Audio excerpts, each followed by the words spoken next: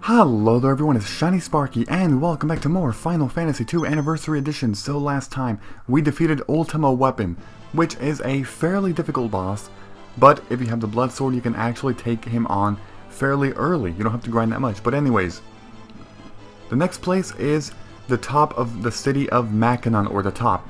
And let me just say something about this place. This place is extremely difficult, and if you do not grind, if you do not train up, you will die within one battle. I'm not kidding.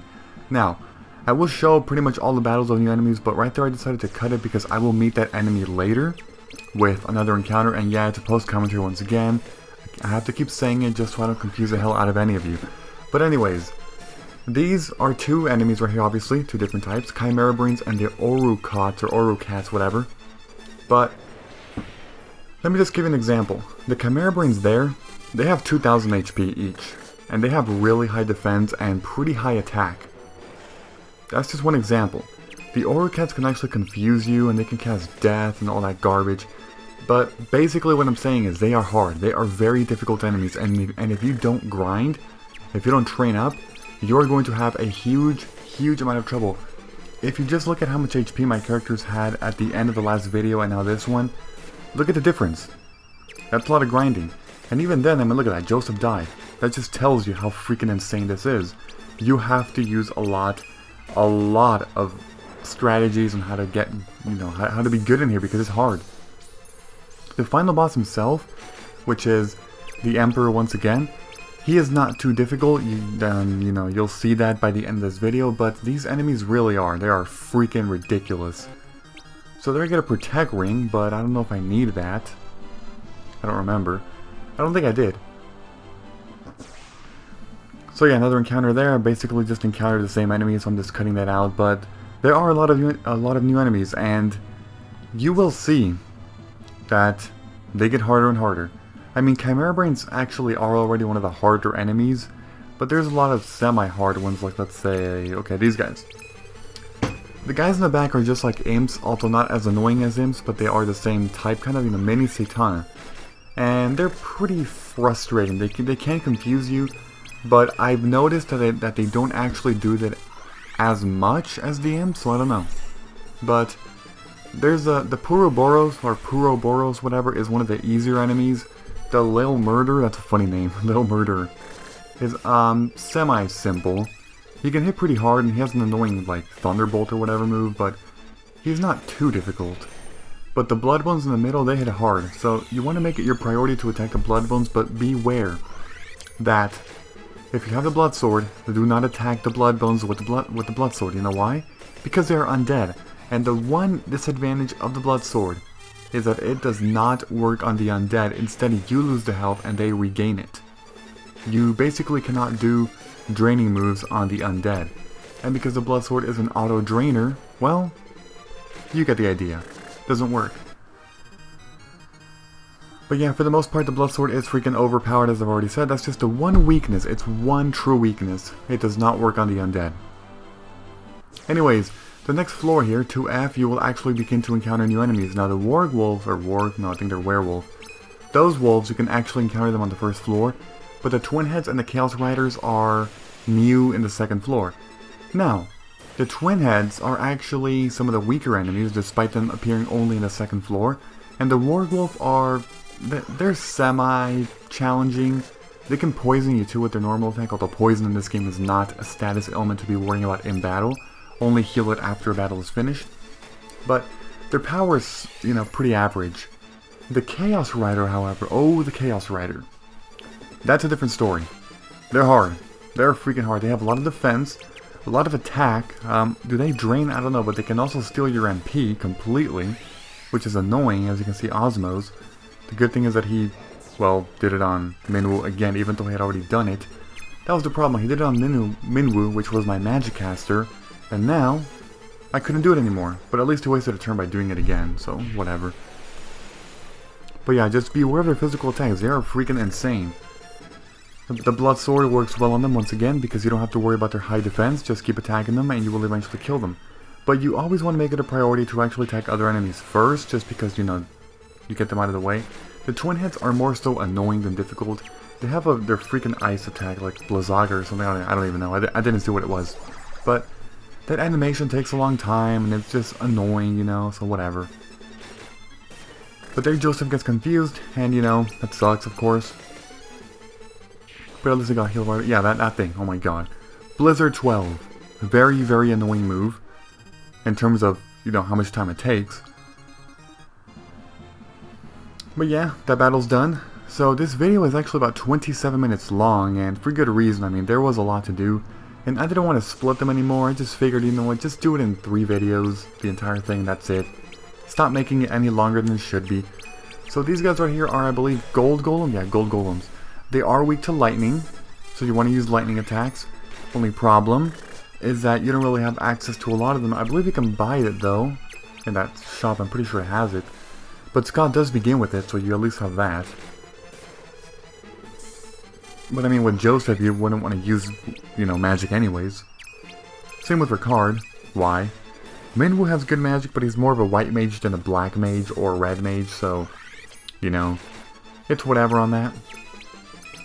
But yeah, gold golems are one of the tougher enemies. It's gold golems, Chaos Riders, Chimera, what are they called, Brains, and one other enemy is fairly tough. Well, later on you encounter Marlboro Menace, I think? Or not, or is that something else? I think I have it, hold on, let me see. I have it written down somewhere. No, I don't have it there. No, I don't have it, what the hell? Oh wait, oh here it is, I see it now. Yeah, it's the, Marlboro Menace, yeah. Those enemies are freaking tough, but the thing is, I didn't encounter them. I don't know why. Marlboro Menace, and, there are a few others which I'm probably forgetting, but you'll see. You'll see in a bit. So here there's a chest. It is highly recommended you pick this up, because there is actually, well, the Genji gloves, which give a massive boost to defense, 20 more.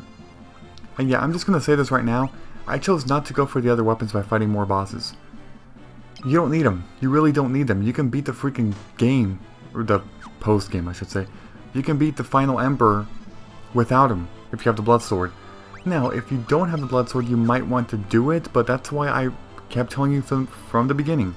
Make sure to give the Blood Sword to Ricard. Yes, the final battle when you have Farion, Maria, and Guy is harder without the Blood Sword, but it's a hell of a lot easier than this battle without the Blood Sword. Seriously. So anyways, you probably saw that I went through a wall there. Yeah, you just want to memorize where the invisible walls are. Oh yeah, this place right here. Okay. So there. Okay, oh, damn it, encounter first. Fine, I'll talk about the encounter first. Or actually, I'll talk about the walls first. So the walls, you just want to memorize where the walls are. There are several walls in some floors, and you can just look online and then memorize them, or just keep using the online walkthrough as, you know, just to navigate around. And overall, it's really useful because it cuts time. And you really want to cut time when you do this. Trust me, you do. You don't want to keep fighting these very annoying things. And again, you want to keep saving after every encounter. I know I haven't been showing that, but I actually have been doing that. Anytime I make a cut, or even after these battles that I do show, I do make the cut. I really do. And then I save. It's just that you probably don't notice it sometimes, because it's the cut is very sneaky sometimes. But yeah, I do save after every single battle. You want to play it encounter by encounter, because you never know when you encounter a really cheap thing, and then you're screwed. Seriously. But yeah, those enemies there, they were, what are the magicians? I don't know. But there's also Cait Sith, which is really funny. Cait Sith later on becomes a recurring character. Always a cat, and here he is technically a cat, but, you know, it's an enemy. Anyways, when you go through this door, if you go through the other 3 doors, you actually get taken to places that have legendary weapons, and you don't really want that. I mean, at least I don't want that. You could want that if you really, you know, feel the need to do it. But, you know, every single legendary weapon has different stats depending on what character they are. For example, Minwu's will obviously boost a lot of, like, magical stuff, you know? Oh yeah, that chest, there's, I forgot what it was, but don't get it. For the most part, it's booby-trapped. You will have to fight an enemy which is essentially a boss guarding it. You don't want to do that. So, the Unknown Palace, what is this, 4F? You're back on the 4th floor. Because in this place, we are now on the very right side, so all you have to do to get out of here is simply move up and then left. It's really that simple. So, there goes the past me doing it up and then left. Random encounter, but I had already encountered the enemy before, so it is fine. And then there's the warp, and this takes us to Unknown Palace 7F, just like that. Bam! Crazy, I just, wow. Went from the 4th floor all the way to the 7th floor because I technically already did the other floors. Although I skipped one, either 5F or 6F, because that one contained only legendary weapons. Anyways, Genji Helm. It's an improvement, and I end up giving it to... Who do I give it to? I think Ricard. Yeah, in the long run I give it to Ricard because Ricard needs the better stuff. You'll see that Ricard is the most valuable unit to have. Unit, really? Wow, what the hell is this? Fire Emblem or what? Actually, no, that's not even here. It's more like Halo Wars. But, Ricard is the most valuable character, or really the character with the Bloodsword will become the most valuable character in fighting the Emperor. So, you really do want to make sure that you do that. Give the most armor to the character that has the Bloodsword. That way they can survive, and they can pretty much single-handedly defeat the boss. They can. I believe I did it in this, the past playthrough. Past playthrough meaning this one, because again, it's post-commentary. But anyways, heading on down now, down here, and this one, oh, a bunch of mother brains. Yeah, I'm not kidding, they're called mother brains. I even looked online, and a lot of people think that this is actually a reference to Metroid, because they do look like, well, they have a slight resemblance to Metroids too, you know what I mean? Metroids do look like all brainy, disgusting like that. But, Mother Brain, around the time when Metroid 1 came out for the NES, this game had come out around, like 88 or something? 1988? But, yeah, I mean, whatever. This game then had numerous remakes, as you already know. It had Final Fantasy Origins for the PS1, Final Fantasy Dawn of Souls for the Game Boy Advance, and then Final Fantasy Anniversary Edition for the PSP and iOS, and I think Android now too. But yeah, Mother Brains, not difficult. It's just fun looking at the reference, So, we are approaching near the end, and here are some more new enemies. These are Dark Souls. Not Dark Souls as in the game Dark Souls, which is actually a fantastic game, Dark Souls, but Dark Souls as in a normal enemy. Now, just like all the other Soul enemies, you do not want to use magic on them because they will absorb it. Whether they're Red Souls, Yellow Souls, Green Souls, although the Green Souls are freaking funny, because again, they heal you. I find it to be hilarious, actually, that they just heal you. I'm serious, if you don't believe me, fight some Green Souls throughout the adventure, and you will see that they heal you. They just spam Cure. Honestly, I don't know why they do that, but it is pretty damn funny. So here I get an Aegis Shield, and this is an upgrade. Again, you can't see the defense difference with equipping shields in this game because they have evade and stuff, but it does actually improve it. It really does. Alright, sorry about all these loud sounds you hear in the back. I'm just adjusting my chair. Alright, so there's a shortcut here, and you can simply use it to get to the top over here through the chest. The Genji armor. That is another piece of equipment for Ricard. Up to 150 now, wow. That's insane. That's actually freaking insane, yeah. See, the Genji armor is very famous for basically being one of the best armors in any Final Fantasy game. In pretty much every single Final Fantasy game, the Genji armor is one of the top 5 easily, if not the best, in the entire game. Or sometimes they're really unique. I mean, like, I know in Final Fantasy 12, they have like almost no freaking defense and magic defense, the armor and the helm, but they have a ton of evade. So, they're unique, and I don't know if in that game they're great. I know the Genji gloves are great in that game, which improves your chance to combo, but, I don't know about armor and helm. Anyways, the final floor is right up here, so before you take him on, well, obviously, save and stuff.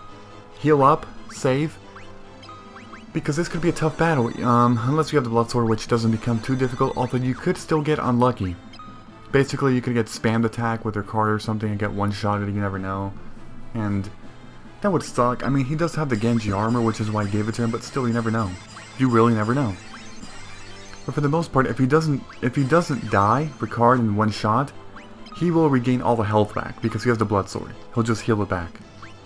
That's what's really fun. Now, the strategy here is to put Minwu, Scott, and Joseph all in the back, and put Ricard in the front, similar to the strategy I did with the Emperor in the main adventure, where I put Farion in the front, and Maria, Guy, and Leon were all in the back. Anyways, here's the Emperor who says, "Welcome, holy warriors, the Emperor." But not the Emperor you have come to know. He is somehow different from the creature I fought. You must permit me to apologize for his indiscretions. Farion and his companions did indeed defeat me. I died once at their hands. Then came the rift with a random P in there. What the hell? Typo? Freaking Square Enix. A light half? Yes, my dark half plummeted to hell, where he gained his fell power. Then he became master of Pandemonium. Oh, what? Then this isn't Pandemonium? Though they look alike, you now stand in Arubboth, Palace of the Heavens. Interesting. The passage you thought was Jade is in fact Rakia, realm of fallen angels. Angels who have sinned, are twisted into beasts and yeah. Okay. Lord of Arubboth. As for you, Minwu, who forfeited your life to lift the seal of Ultima. Scott, who fell defending the remote Cashin Keep. Joseph, crushed by a falling boulder in Borgen's trap. And Ricard, the last dragoon who sacrificed himself to my dark half. You who lost your lives fighting the Empire, another random P, are you kidding me? Why? To beg your forgiveness, of course. You must pay penance for the deeds of the wicked, and I mean to. Do you trust him? Do you want us to forgive you? Yeah, do you trust him? That's... You gotta ask yourself that, people. Apparently, they are not trusting this Emperor. I expected, yeah. Okay. Answer sin with violence upon violence. Is that not itself a sin? Silence. Forgive me, and you shall have life eternal. You can live in this paradise for all time. Forgive you? Eternal life, huh? In paradise, no less. Again, I offer my apologies for the discourtesies committed by my dark half. Now you must forgive me. And now we're seeing some memories of their loved ones. Ricard, that's Alina. And then Ellie says Daddy, that's Joseph's daughter. And then there's Gordon, which is Scott's brother. And then Hilda up there. Basically, they're just like illusions or something, like shadows of them talking to us. And yeah, okay, this is when you learn that the Soul of Rebirth is actually taking place during the exact same time as the final battle of the party. Now, those stats that I have are not actually what I had. I did not have Leon at freaking 3200 HP. I barely grinded with him. But it's still fun that they show the battle, you know, like a kind of a scripted battle here. But yeah, it does take place during this final battle. A lot of people think that the Soul of Rebirth takes place after, like after you kill the Emperor, and then, you know, there's the Light Emperor that appears here in this, what is it, Arubboth, or I don't know. I don't know what the hell it's called. But no, it's at the same time, which is interesting. Because here, you know, the four dead ones, Minwu, Joseph, Ricard, and Scott, are all seeing this thing, you know? And they're like, man, what the hell do? We gotta help out. You know how to help out, people? You gotta beat this Emperor to this version. Yeah, so I think eventually it stops. Yeah, actually right now it just stopped. I'm gonna be a Dragoon, says Kane. Ooh, is that a reference to... Oh my god! That might be a reference to Final Fantasy IV. Oh, that's mind-blowing. There's a Kane in Final Fantasy IV who's a Dragoon. And this guy in here is a little boy, and he says he wants to be a Dragoon. I mean, I know their Final Fantasy series are not, you know, tied to one another, although some people say that there's a speculation that certain things are, like freaking Final Fantasy VII and Final Fantasy X too, with the whole Shinra thing, but whatever. That's interesting though, I need to look that up. I didn't come this far to dishonor myself now. My hopes live on in those who remain. We chose to die. But we died so what others might live. Sorry. Foolish men. If you will not have eternal life, I will give you eternal suffering. So this is the real final battle. I mean, I guess you could call it that belt. But this is an Emperor, another one. Basically the light half, you can see all these angel wings. But he is still apparently bad or something, I don't know. Anyways, strategy here is fairly simple. You want to use, well, you could use, you know, like this, raise his magic defense, try to use everything on Ricard. You want to buff up Ricard as much as possible, and you also want to get Blink with Minwu. Use Blink. If you can't do anything else with Joseph or whoever else, you know, you could just attack or defend. It doesn't really matter. I mean, I don't know what I did here. Did I just attack? Oh, I did attack, okay. And then get the Blood Sword, which is going to do a massive amount of damage, you will see. Blink helps because there's a chance he might miss with his physical attack. So Joseph actually missed because he's in the back. If you're in the back, you have a very high chance of missing. But whatever, I still put him there to basically defend him. As you can see, the Blood Sword did a ton of damage. And actually, I think in this second attack, he does a lot more. So here's Blaze, which does not do a lot. Look at that. It does not do a lot. And despite having Wall and Ricard, he still takes the most damage. I don't know what the hell that is. 9999. That is the most damage you can do. Do you see how fun the Blood Sword is? How crazy OP it is? Because it is seriously crazy OP. It really is. Anyways, that thing hit everybody except Ricard, which is really funny actually because he had the buffs. 6250, and he's dead in 3 hits, just like that. So, I told you, this battle would be really easy. And boy was it easy. Again, if you don't have the Blood Sword, it is highly recommended to fight the other bosses of this place. Because once you fight the other bosses, you get their legendary weapons, and having legendary weapons is actually very useful. You will be able to do a lot of damage, and yeah, that's pretty much it. You've changed nothing. Your bloody legacy of war and violence will not end here. Well, he is dead. And let's just say that around the time that we kill this guy, Farion and the rest of the party up there killed the other version. Oh, yes they did. Look at that. Unbelievable. Defeated by insects like you, not once but twice. Yes you were. Who are you? Ugh, and then yep, he freaking dies.